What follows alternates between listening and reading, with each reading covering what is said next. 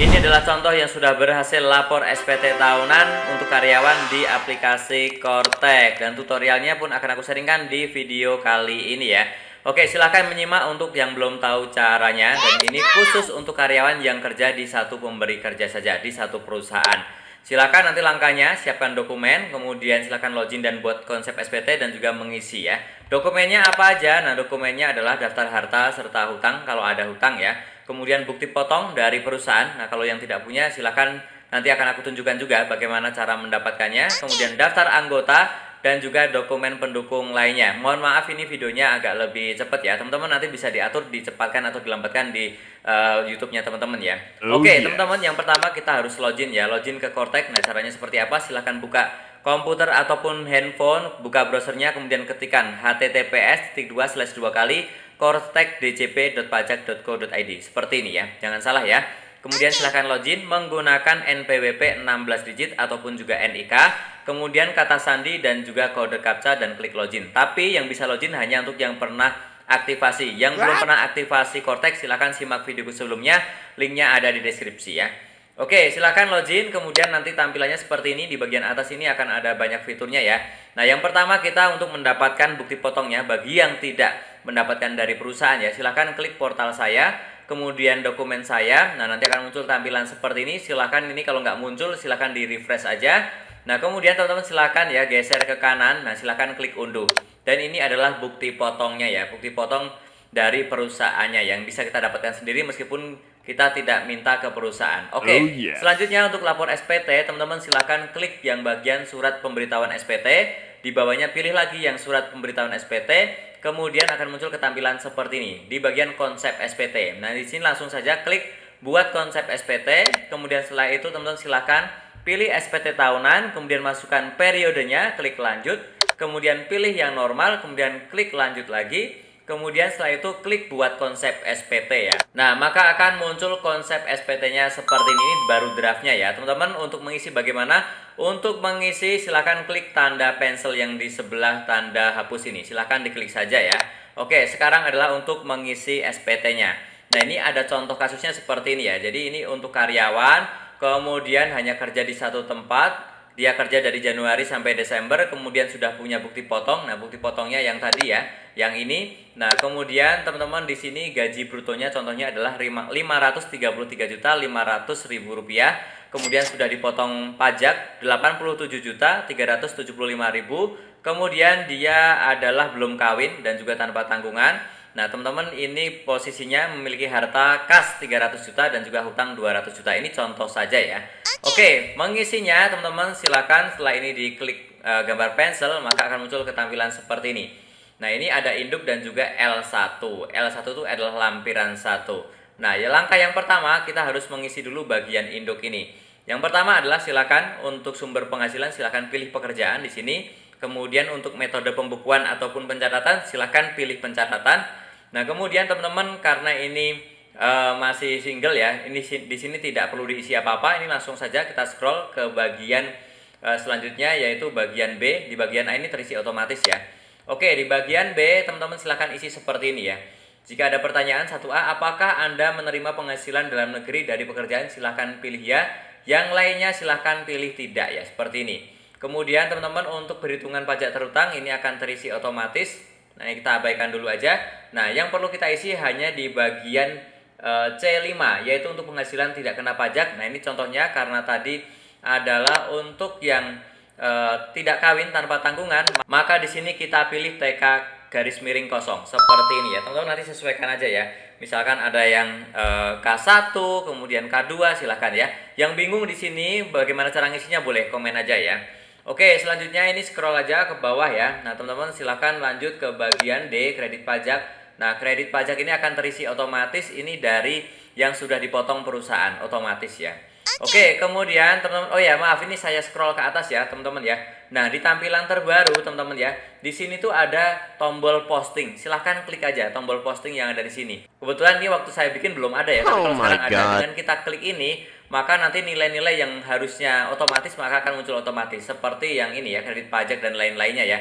Harta juga sama nanti akan muncul ya, nanti akan aku tunjukkan ya. Oke, teman-teman silakan kita lanjut ke bagian PPh kurang atau lebih bayar. Nah, di sini juga terisi otomatis, abaikan dulu. Bagian F juga abaikan, ini hanya untuk yang pembetulan. Kita scroll lagi ya. Kita ke bagian permohonan pengembalian lebih bayar. Ini juga teman-teman kalau memang kerja di satu tempat silakan ini abaikan aja, tidak ada harusnya. Kemudian angsuran PPh 25 juga tidak ada ya. Jadi kalau karyawan lebih banyak yang di skip ya. Oke, yang bingung merasa cepat silakan bisa diatur ya di YouTube-nya dari cepat atau dilambatkan ya. Oke, lanjut lagi setelah bagian H yaitu bagian I. Nah, bagian I teman-teman silakan isi aja seperti ini ya. Disamakan aja. Ini kita klik ya, klik tidak, kemudian klik tidak lagi seperti ini ya. Oke, teman-teman setelah itu kita lanjut lagi ke bagian lampiran. Nah, lampiran ini silakan isi seperti ini aja ya. No dan no, yang huruf D dan E seperti ini. Karena kan tidak ada kuasa dan juga tidak ada dokumen lain. Silakan klik no aja keduanya. Nah, kemudian teman-teman untuk bagian pernyataan ini silakan nanti terisi otomatis. Teman-teman tinggal klik yang paling bawah aja ya. Oke. Setelah itu kita lanjut lagi ke lampiran 1 ya. Oke, kita ke bagian atas, kita ke lampiran 1. Nah, di lampiran 1 teman-teman scroll sedikit ke bawah. Nah, di sini adalah untuk pengisian harta yang pertama. Nah, harta teman-teman itu dipisah-pisahkan, ada kategorinya. Jadi yang pertama adalah kas dan setara kas, kemudian nanti di bawahnya ada piutang, ada lagi investasi sekuritas, kemudian ada harta bergerak, harta tidak bergerak ya, dan juga harta lainnya. Nah, teman-teman dengan kita klik tombol posting yang di bagian induk tadi, maka harta-harta yang pernah kita laporkan di SPT sebelumnya, kalau pernah lapor, semuanya akan terisi otomatis di sini. Tapi isinya adalah kondisi saat itu, tahun lalu. Nah, teman-teman tinggal kalau misalkan ada yang berubah, silahkan diedit. Kalau ada yang sudah hilang, silahkan dihapus. Kalau ada yang baru, teman-teman bisa langsung saja kita klik tambah yang ini ya. Seperti itu aja caranya ya. Jadi teman-teman silahkan klik tambah, kemudian teman-teman silakan ya masukkan untuk deskripsinya apa, kemudian bukti kepemilikan, misalkan bank ya, silakan isikan rekening banknya, kemudian atas nama siapa, kemudian nama banknya dan lain-lain ya. Silakan isi aja seperti ini ya. Tahun perolehan, kemudian saldonya berapa ya, silakan isi seperti ini. Nah, teman-teman yang bingung nanti mungkin akan ada pembahasan khusus terkait pengisian ini ya di videoku sebelumnya. Linknya nanti akan aku sertakan di deskripsi ya. Oke, ini kita klik simpan setelah diisi semuanya. Dan kemudian juga sama untuk bagian hutang juga sama. Nanti akan terisi otomatis setelah kita klik posting seperti tahun lalu, SPT tahun lalu. Teman-teman tinggal kalau misalkan hutangnya udah berubah, silahkan diedit. Kalau misalkan hutangnya sudah tidak ada, silahkan dihapus. Kalau misalkan ada yang baru ya silahkan klik tambah, kemudian pengisiannya seperti ini ya. Silahkan masukkan deskripsinya siapa, utangnya dari mana, kemudian NPWP krediturnya, pemberi pinjamannya siapa, kemudian nama krediturnya siapa, kemudian negaranya di mana, tahun perolehan, dan juga berapa sisa hutang di akhir tahunnya ya. Kemudian kita klik simpan ya. Oke, kita lanjut lagi ke bawah yaitu di bagian daftar anggota keluarga yang menjadi tanggungan. Nah, teman-teman, karena ini kasusnya adalah TK 0, maka tidak ada tanggungan, teman-teman di sini tidak ada. Tapi untuk yang memang sudah misalkan berkeluarga, ada anak atau belum, kan ada tanggungan ya. Nah, akan muncul di sini. Kalau tidak sesuai, tidak bisa diedit di sini. Dieditnya adalah di menu profil saya di bagian DUK. Nah, bagaimana cara merubahnya? Kalau tidak sesuai, teman-teman bisa cek videoku sebelumnya, linknya ada di deskripsi untuk merubah tanggungannya ya. Oke, kita lanjut lagi ke bawah yaitu bagian D ya. Nah, di bagian D ini adalah penghasilan neto dalam negeri dari pekerjaan. Nah, teman-teman, untuk saat ini seharusnya dengan kita klik posting tadi, di sini pun akan terisi otomatis ya. Ini contohnya udah terisi otomatis, mohon maaf saya tutup ya. Nah, teman-teman nanti terisi otomatis. Kalau tidak terisi otomatis bagaimana? Silahkan teman-teman bisa isikan. Caranya adalah kita klik tambah. Nah, kemudian silahkan diisi. Diisi menggunakan apa? Menggunakan bukti potong yang sudah kita dapatkan di download di depan tadi ya. Silahkan nama pemberi pekerja, nomor identitasnya, penghasilannya berapa ya. Diisi dari bukti potong itu ya. Oke, teman-teman bisa lanjut setelah itu ke bagian E ya. Nah, di bagian ini adalah untuk daftar bukti pemotongan. Sama. Di sini terisi otomatis, tapi kalau misalkan tidak terisi otomatis, teman-teman tinggal klik tambah saja dan diisi sama dari bukti potong yang diberikan perusahaan ataupun yang sudah kita dapatkan di download di depan tadi ya. Oke, ini akan terisi otomatis semuanya seharusnya untuk karyawan ya. Nah, setelah itu teman-teman tinggal scroll lagi ke bawah, kemudian di sini di bagian induk paling bawah ya, di sini teman-teman silakan klik simpan konsep. Kemudian setelah itu kita klik bayar dan lapor. Nah, akan muncul ketampilan seperti ini. Ini kita klik tutup saja. Kemudian teman-teman akan diminta untuk tanda tangan elektronik. Silahkan penyedia penandatanganan, silahkan pilih kode otorisasi DJP. Di bawahnya ada NPWP kita otomatis. kemudian masukkan kata sandi penanda tangan ataupun juga yang disebut passphrase ya. Passphrase itu apa? Passphrase itu adalah untuk tanda tangan digital. Bagaimana cara membuatnya? Untuk yang belum tahu bisa simak videoku sebelumnya. Linknya juga ada di deskripsi. Pokoknya lengkap tutorialnya ya. Oke, silakan teman-teman bisa masukkan di sini passphrase-nya kalau udah punya, kemudian kita klik simpan. Setelah itu teman-teman kita klik konfirmasi tanda tangan ya. Sampai muncul sukses seperti ini.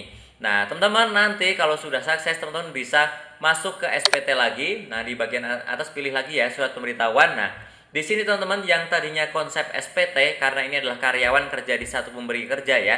Nah, maka tidak ada kurang bayar, hanya lapor saja. Dia akan pindah ke SPT dilaporkan ya. Ada di sini. Tadinya di konsep, sekarang ada di SPT dilaporkan. Nah, ini adalah SPT tahunan kita yang sudah selesai dilaporkan. Teman-teman untuk bukti lapornya bisa klik yang PDF ataupun juga yang sebelahnya. Dan buktinya adalah seperti ini. Bukti penerimaan elektronik, artinya kita sudah berhasil lapor SPT tahunan untuk karyawan di Kortek. Hore, seperti itu ya teman-teman ya. Tapi mungkin ada yang bingung, ada kendala, boleh nggak apa-apa. Pasti kalau bukan orang pajak pasti bingung, nggak masalah ya. Silahkan komen saja, nanti kita diskusi bersama. Saya doakan prosesnya lancar dan tentunya masih banyak lagi info serta tutorial di channelku ini. Jangan lupa tekan tombol subscribe, like, dan juga share. Sampai jumpa di videoku selanjutnya. Terima kasih.